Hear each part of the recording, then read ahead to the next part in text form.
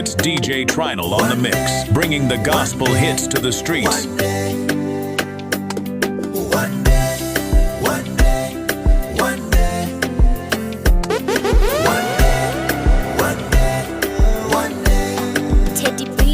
Situation haikunifanya mimi nikae kinyume na Mungu.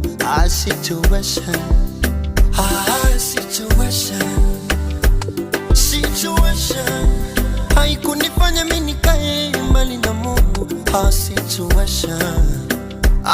Situation kama kuchekwa nilichekwa sana, kama kulia nililia sana, mwisho yakawa mazoea.